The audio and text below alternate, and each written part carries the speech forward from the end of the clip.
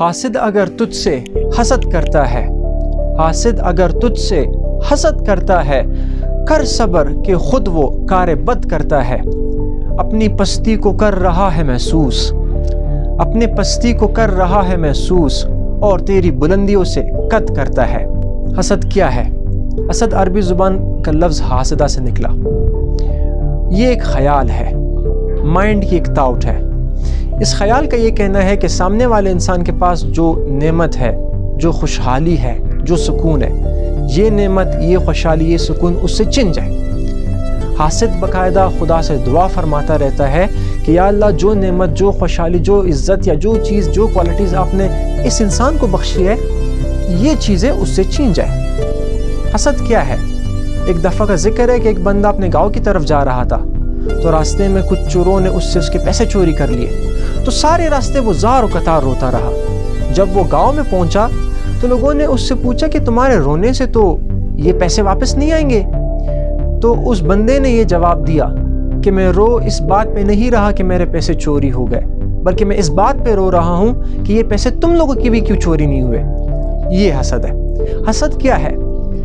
فرمایا گیا کہ قیامت کے دن کچھ کڑے ہوں گے دوزخ میں، اور ان کڑوں کے اندر لوگوں کو، جہنمیوں کو ڈالا جائے گا، اور ان کڑوں کے آس پاس فرشتوں کو معین کیا جائے گا، تاکہ جو دوزخی اس کڑے سے باہر نکلے تو فرشتے اس کو واپس وہاں پہ دھکیل دیں۔ تو کچھ ایسے کڑے دیکھنے کو ملیں گے جہاں پہ فرشتے معین نہیں کیے گئے ہوں گے، تو لوگ اللہ تعالیٰ سے عرض کریں گے کہ یا اللہ، یہاں پہ کیوں فرشتے نہیں؟ تو اللہ پاک فرمائیں گے کہ آپ خود دیکھیں۔ جب انسان ان کڑوں کو دیکھے گا تو جب بھی کوئی دوزخی اس کڑے سے باہر نکلنے کی کوشش کرے گا تو پیچھے سے دوسرا انسان اس کے پاؤں کھینچ لے گا۔ یہ پاؤں کھینچنے والا حاسد ہے، اور جو یہ کر رہا ہے یہ حسد ہے۔ حسد کیا ہے؟ حسد اس کائنات کے تخلیق ہونے کے بعد، آدم علیہ السلام کے تخلیق ہونے کے بعد سب سے پہلا گناہ ہے۔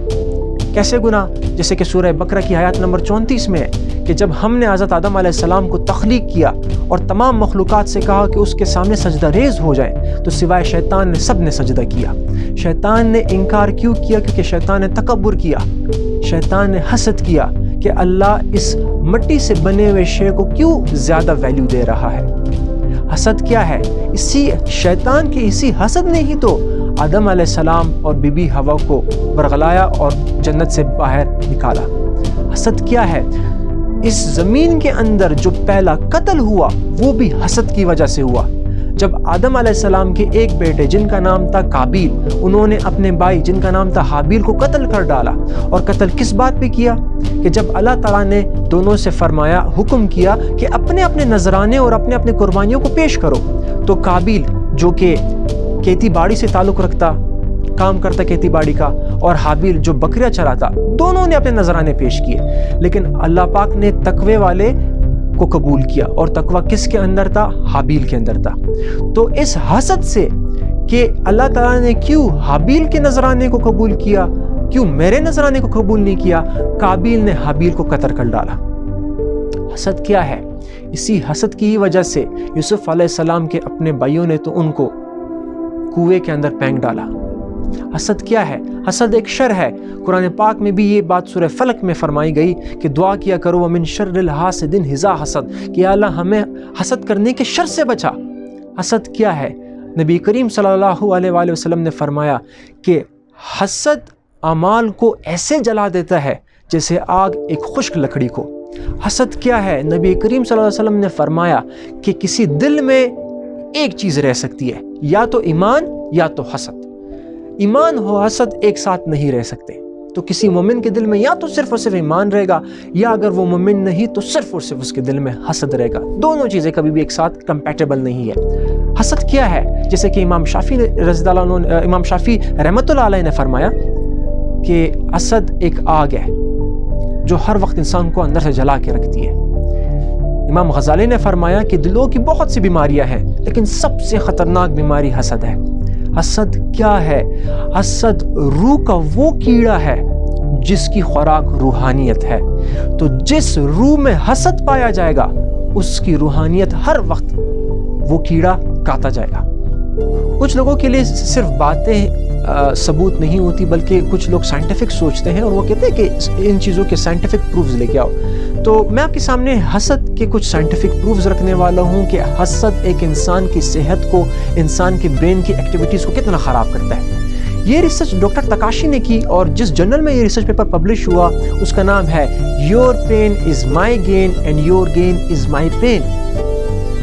اس ریسرچ پیپر کے اندر ڈاکٹر تکاشی نے یہ معلوم کیا کہ جو لوگ حسد کرتے ہیں تو دماغ کا ایک حصہ ہوتا ہے جس کو ACC کہا جاتا ہے، وہ ایکٹیو ہوتا ہے اور وہ اتنا اسٹرانگ ایکٹیو ہوتا ہے کہ اس کے سگنلز MRI میں بالکل کلیئرلی سکین ہو جاتے ہیں.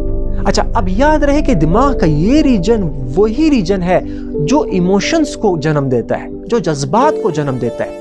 اور یاد رہے جو بھی بندہ زندگی میں جو بھی عمل کرتا ہے، جو بھی وہ ایکشن کرتا ہے، اس ایکشن سے پہلے اس کے جذبات ہوتے ہیں. جب تک جذبات نہیں ہوں گے، اس کے ایموشنز نہیں ہوں گے، کوئی بندہ کوئی ایکشن کر بھی نہیں سکتا، لے بھی نہیں سکتا. تو جتنے بھی نیک کام ہوتے ہیں ان نیک کام سے پہلے اس نیک کام کے جذبات پائے جاتے ہیں. جتنے بھی غلط کام ہوتے ہیں، جتنے بھی غلط ایکشن ہوتے ہیں، ان غلط ایکشن سے پہلے وہ غلط ایموشنز ہوتے ہیں جو اس غلط ایکشن کو ٹریگر کرتے ہیں. یعنی اگر آپ ایک غلط ایکشن کو تیر کہیں تو ایموشن اس کا کمان ہوتا ہے، کمان ہی غلط ایکشنز کو ٹریگر کرتا ہے. سو یاد رہے جو بندہ حسد کرتا ہے تو اس کا برین کا یہ ریجن جب ایکٹیو ہوگا تو وہ ایموشنز کو جنم دے گا، اور ایموشنز جب جنم لیں گی تو وہ ایموشنز اس بندے کو ایکشن لینے پہ مجبور کرے گا. اور وہ بندہ، آپ جانتے کہ کوئی بھی حاسد کتنے ایکشنز لیتا ہے، وہ لوگوں کو قتل کر ڈالتا ہے، لوگوں کے خلاف سازشیں بناتا ہے، لوگوں کے خلاف ہر ممکن کوشش کرتا ہے کہ اس کو وہ نقصان پہنچائے. ڈاکٹر تکاشی کی ایک دوسری حیران کن ڈسکوری سن لیں. اسی ریسرچ کے دوران ڈاکٹر تکاشی نے یہ فائنڈنگز کی کہ جو بندہ جس بندے سے حسد کرتا ہے تو اگر اس بندے کو جس سے حسد کیا جا رہا ہے اگر اس کا کوئی نقصان ہو، اس کے سامنے کوئی آفت آ کڑی ہو، اگر وہ تکلیف میں ہو، تو جو حاسد ہوتا ہے اس کا برین ڈوپامین ریلیز کرتا ہے. اور ڈوپامین جب برین ریلیز کرتا ہے تو انسان کو پلیجر فیل ہوتا ہے، انسان کو خوشی فیل ہوتی ہے. یعنی انسان اتنا بے بس ہے، حاسد اتنا بے بس ہے کہ وہ دوسروں کو تکلیف میں دے کے خوش ہوتا ہے. دوسری بات، ڈاکٹر تکاشی نے یہ دیکھا کہ جس ٹائم بندہ حسد کر رہا ہوتا ہے تو اس کی برین وائبریشنل ویو جو وہ کریٹ کرتا ہے اس کی انرجی اتنی نیگیٹو ہوتی ہے کہ وہ پورے کے پورے امیون سسٹم پہ افیکٹ کرتی ہے، اس کے پورے دفاعی نظام پہ افیکٹ کرتی ہے. تو جو بیماریاں پھر وہ کل فیس کرتا ہے تو اس کے سامنے وہ پاؤں اور ہاتھ جوڑ کے کھڑا رہ جاتا ہے. ایک ریسرچ اور سروے کے مطابق 18,000 لوگوں کی ٹیسٹنگ کے بعد یہ دیکھا گیا کہ حسد روز بروز بڑھتا جا رہا ہے، اور یہ حسد نوجوانوں کے اندر زیادہ ہے.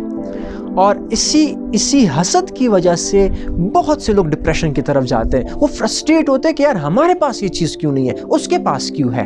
سو یہ کچھ سائنٹیفک فائنڈنگز تھی جو میں نے آپ کے ساتھ شیئر کرنی تھی. تو مختلف جو بیماریاں ہیں، جو ڈپریشن ہے، اس میں سے حسد کی بھی ایک بہت بڑی کنٹریبیوشن ہے. لیکن اب ایک بیسک سا پوائنٹ، ایک سوچنے اور غور و فکر کرنے والا پوائنٹ، کہ حسد کسی انسان کے اندر پیدا ہی کیوں ہوتا ہے، اس کی برتنگ ایفیکٹ کیا ہے. آخر ایسی کون سی چیز ہے جو کہ معاشرے کے اندر یا کسی انسان کے اندر حسد پیدا کرتی ہے. اگر اس چیز کو ہم نے ڈھونڈ لیا، کسی حد تک جان لیا، تو اس چیز کا علاج کر کے، اس کے اندر الٹریشنز کر کے، اگر 100% نہیں تو کم سے کم ہم حسد کو کم تو کر سکتے ہیں. تو پہلے انسان کے ذرا سائیکولوجیکل مائنڈ سیٹ کو ذرا دیکھتے ہیں کہ وہ کیسا سوچتا ہے اور وہ کیا چاہتا ہے. یاد رہے، واضح رہے کہ جیسے میں نے کہا کہ ریسرچ کے مطابق حسد نوجوانوں میں زیادہ ہے. اچھا، ہیومن برین ایسے ڈیزائن کیا گیا ہے کہ اس برین کو کچھ چیزوں کی ضرورت ہوتی ہے. برین چاہتا ہے، مائنڈ چاہتا ہے کہ ایک انسان کو عزت ملے، ایک انسان کو فیم ملے، ٹھیک ہے، ایک انسان کو معاشرے سوسائٹی کے اندر ایک ایکسیپٹنس ملے. ٹھیک ہے. اچھا، اب عزت، ایکسیپٹنس ہمارے سامنے دو طرح کی ہے. ایک وہ عزت اور وہ ایکسیپٹنس جو سوسائٹی ہمیں دیتا ہے، اور ایک وہ عزت اور وہ ایکسیپٹنس جو ہمیں پروردگار دیتا ہے. سوسائٹی کہتی ہے کہ یار آپ نے میرے پیرامیٹرز کو دیکھنا ہے، آپ نے میرے کرائٹیریا کو دیکھنا ہے، آپ نے اگر یہ چیزیں کیے تب آپ ایلیجیبل ہوں گے، تب میں آپ کو عزت دوں گا. اسی طریقے سے اللہ رب العزت بھی فرماتے ہیں کہ میرے ہاں اگر آپ کو عزت چاہیے تو آپ کو یہ پوائنٹس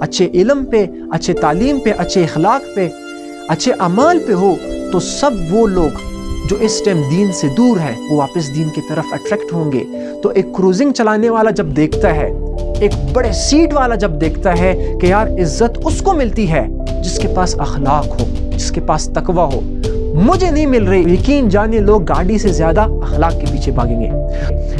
حسد کے بارے میں نے بہت بڑی بات کی کہ کتنا بڑا گناہ ہے، کتنا خطرناک ہے، لیکن واضح رہے کہ حاسد جو حسد کرتا ہے اس کے لیے تو گناہ ہے ہی، لیکن یہ معاشرہ بھی جواب دہ ہوگا کہ ہم نے معاشرے کو ایسے تخلیق ہی کیوں کیا کہ جو بندہ جو چاہتا ہے کہ اسے عزت ملے، اسے ایکسیپٹنس ملے، اور وہ اس چیزوں کو اچیو ہی نہیں کر پا رہا، تو وہ اگر حسد کی طرف گیا ہے تو وہ صرف اور صرف ہماری وجہ سے گیا ہے۔ اگر آج ہم اپنے پیرامیٹرز کو چینج کر لیں، اگر ہم عزت ان چیزوں میں دیں، ایکسیپٹنس ان چیزوں میں دے جن چیزوں کو نبی کریم صلی اللہ علیہ وسلم نے فرمایا، جن چیزوں کو خدا پاک نے کہا، تو یقین جانیے حسد اگر 100% ختم نہیں ہوتا تو 90% تو ختم ہو جائے گا۔ جزاک اللہ۔